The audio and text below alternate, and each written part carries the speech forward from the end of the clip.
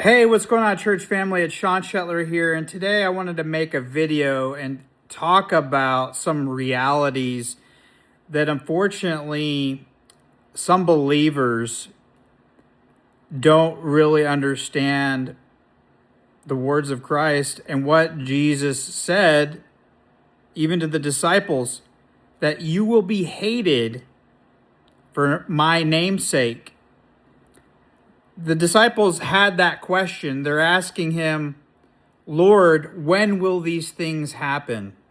And he's going into detail. N.T. Wright and other scholars agree that probably not 100%, nobody's 100% on this, that Mark's gospel was probably the first gospel written.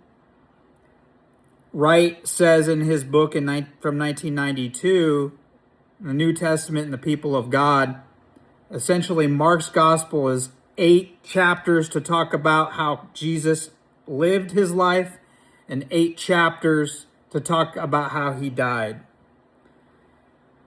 Mark chapter 13, I'm going to read about half of it and want you to really key in on a couple of these verses here. I'm reading from the Amplified Version. The things to come.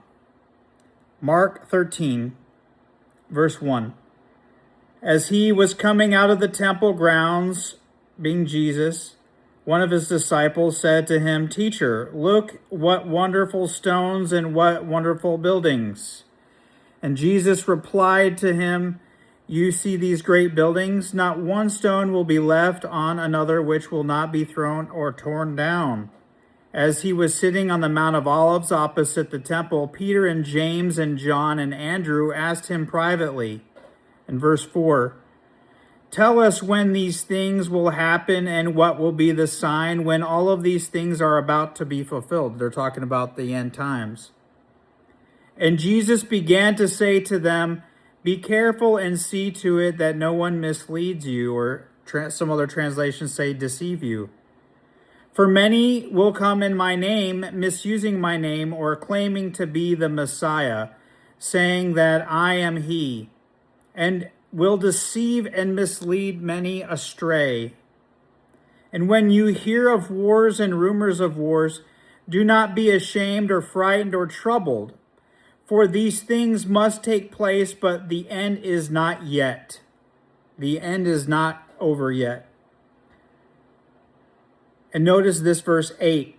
For nation will rise up against nation, and kingdom against kingdom, and there will be earthquakes in various places. Some translations say there will be numerous, and it will keep going. There will be famines. There are the beginning of the birth pangs or birth pains.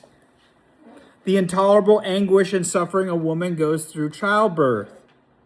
Verse 9, But be on your guard, they will turn you over to the courts, and you will be beaten in the synagogues or the churches or places of worship, and you will stand as accused before governors and kings for my sake as a testimony to them. And this is the point of emphasis here.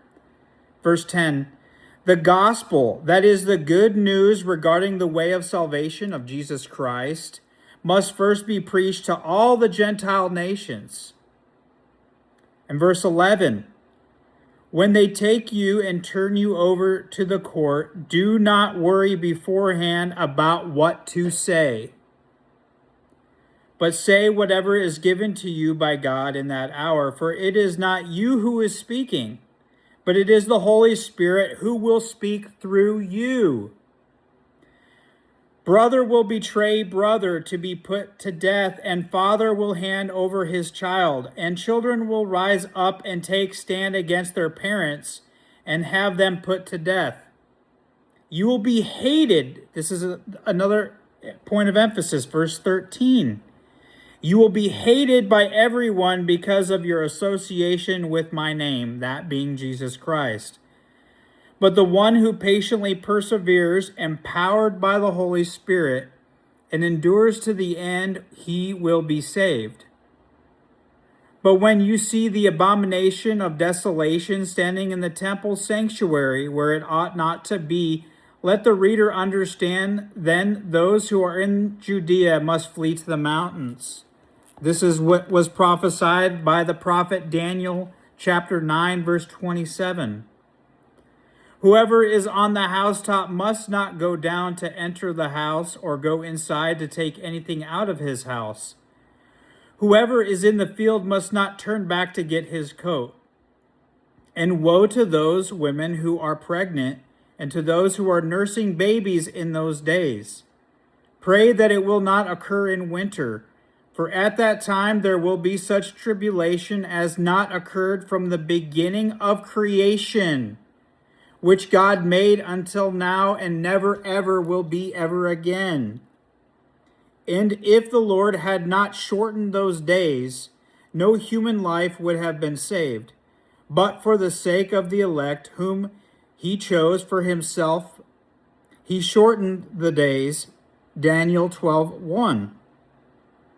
Then if anyone says to you, look, here is the Christ, the Messiah, the anointed, or look, he is there, do not believe it.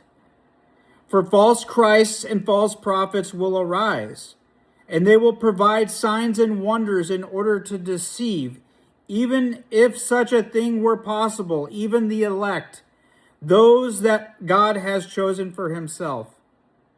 But be on your guard. I have told you everything in advance or beforehand. I hope that you enjoyed me reading part of Mark chapter 13. I hope that you think over this passage and really understand these verses, especially verses 10 through 13 and verse 14. I hope you have a great week and God bless.